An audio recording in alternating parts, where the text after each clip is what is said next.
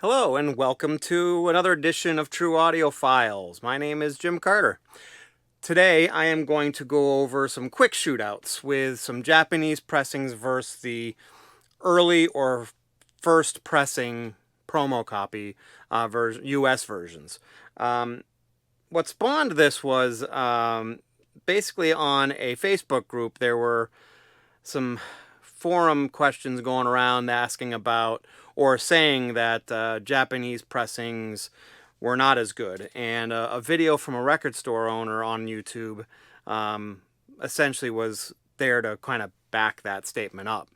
And I know that I have several Japanese pressings, quite a few of them, and you've seen some on some shootouts that I've done, and you've heard my feedback on them. And I'm going to give my feedback on three today that I've recently done an A/B comparison of, and give my take, and then kind of give my overall take at the end about Japanese pressings. So first up I'm just going to go over all three of them.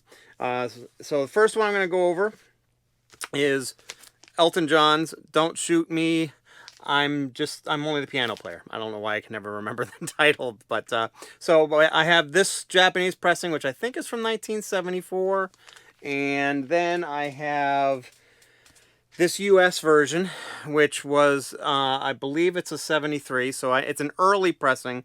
I'm not sure it's a first pressing, but it's definitely an early pressing. It's technically actually a little bit earlier than the one that I got that's a Japanese pressing. The Japanese pressing, I believe, is a second pressing that came out a year after the original Japanese pressing. So I basically started playing that one, the Japanese pressing, I should say. And what I had experienced was I thought it sounded really good. There was definitely a wide and relatively deep sound stage, and clarity seemed pretty good. And obviously, as usual, the vinyl itself was very quiet, the pressing. I was moderately disappointed by the bass that was on it, so it got me thinking, because I know, as I've probably mentioned I've mentioned actually on other videos, sometimes Japanese pressings can be a little shy on the bass. So I took out that 73 copy of the US pressing and compared it, and quite frankly, the bass was almost identical. There wasn't a whole ton of bass on that one either.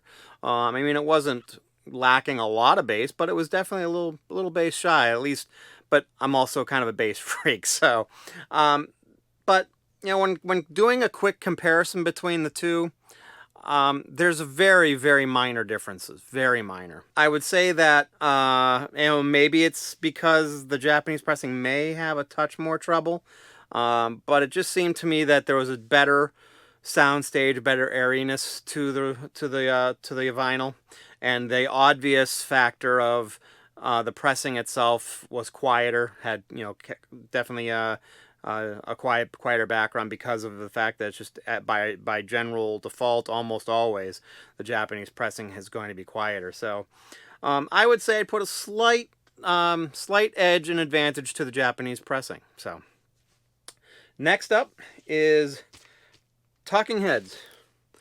More songs about building and food. Is that what it is? I can never seem to remember this one either. There's too long of a title. But yeah, more buildings about songs and food. This one is a promo copy, as you could probably make out here. So US copy. Then I have this Japanese pressing, which was a limited edition, they called it. Limited to 2000. What prompted me to actually try to do an A/B comparison on this one was I had actually mistakenly bought two of the Japanese pressings, so I actually gave one to my brother, and he came back to me and said he didn't like the sound of it and thought it didn't sound good. So I decided, okay, well, let me do an A/B comparison to them between the two of them. Quite frankly, what I found was the US pressing promo copy didn't sound that good either. And I would say, doing an A/B comparison, they sounded pretty much identical.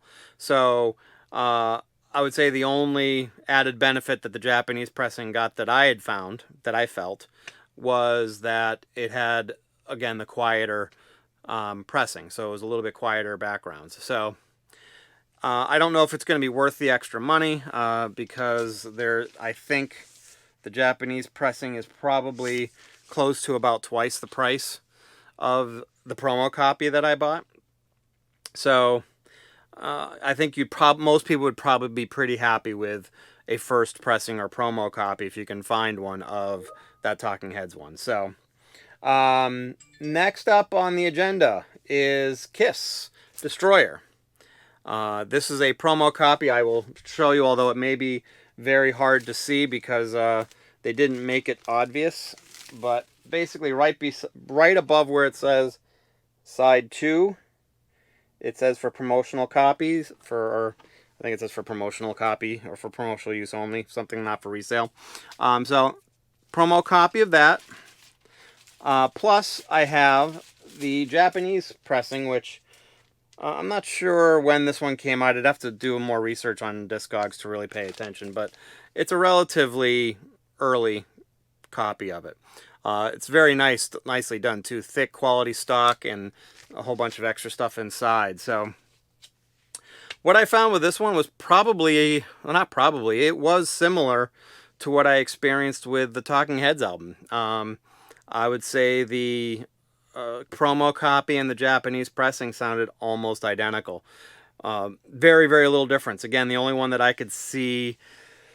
difference that I could see, and it really wasn't all that dramatic either, was the pressing quality on the Japanese. The Japanese pressing had definitely had quieter backgrounds. There were a couple of nicks and pops on it, although physically, it looked fine visually. But yeah, I found very little difference. The only other advantage I could see is from a physical look and feel to it, the outer packaging and all that kind of stuff for the Japanese one was definitely of better quality and really nice. But I think if you can find yourself a early or first pressing or promo copy of Destroyer, again, I think it's probably, I don't know how big of a difference in price there was. It's probably not as big of a difference in price between the Talking Heads and that one. It's probably, maybe a $10 or $15 difference tops. I think I paid like $25 for the promo copy, and I paid I think $40 or something like that for the Japanese. So there's not a huge difference in the price on those ones, but I think you're much better off if you want to save a few bucks just getting a first pressing or a promo copy of Destroyer as well. So so that's my take on those three. And the overall consensus for me on Japanese pressings is this.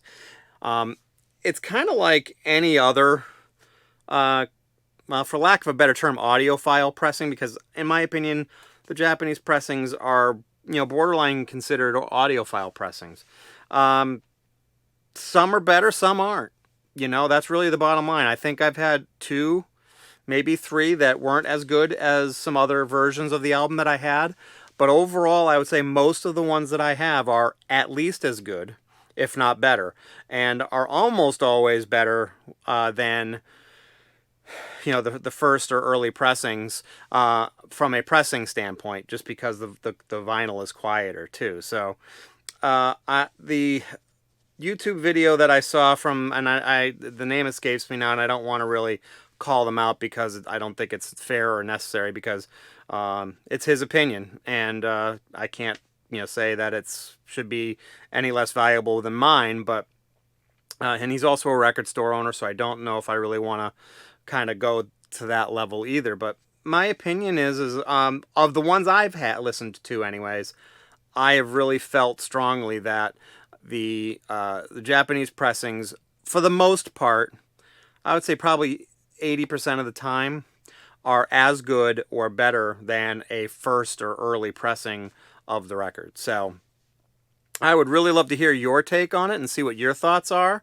Please make some comments down below. Just let me know what your experiences are with Japanese pressings, and what your thoughts are on what I talked about as a whole in here.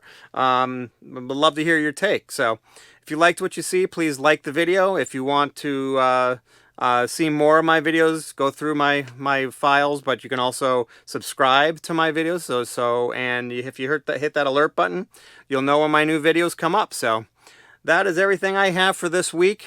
You guys have a great rest of your week, or I should say, probably by the time you see this, it'll be close to the beginning of next week. But you have a great week, and thank you very much, and you have a great day.